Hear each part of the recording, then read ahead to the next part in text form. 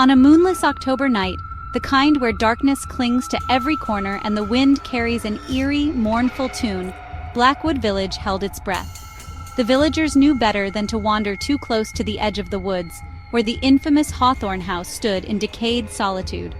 But even in the thick silence of the night, the house seemed alive, its shattered windows flickering with a faint, ghostly light, as if daring someone to step inside. Legends spoke of the Hawthorne family who had vanished without a trace a century ago. Some said their screams could still be heard if you listened closely on quiet nights.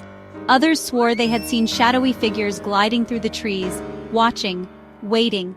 But none of those stories deterred Mike, Jenna, and Tyler, a trio of restless teenagers who craved a thrill to break the monotony of village life. Jenna whispered as they stood at the gate, staring at the house that loomed like a monster in the darkness. Tyler said, feigning confidence, though his voice wavered. The air grew colder as they approached, and the wind seemed to whisper their names, each syllable dragging like nails across a chalkboard. The door, though weathered and swollen with age, creaked open at their touch as if inviting them in. The smell of damp wood and decay greeted them, and their flashlights revealed crumbling walls, broken furniture, and claw-like shadows that danced across the room. But it wasn't the decay that made Jenna stop in her tracks. It was the sound. Faint, almost imperceptible at first, but undeniably there. A soft, childlike giggle echoed through the house, though the air felt too heavy for laughter. The friends exchanged nervous glances, but Tyler pressed on, leading them to the basement, where the atmosphere grew suffocatingly oppressive.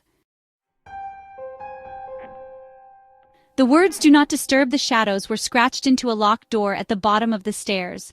Something behind it scratched back, and then the door opened on its own.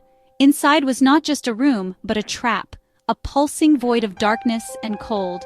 The whispers grew louder, sinister and mocking, as the shadow emerged, its red eyes locking onto them. There was no escape. The house had been waiting.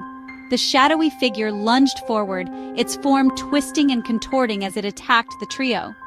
The screen faded to black, their screams echoing into the void.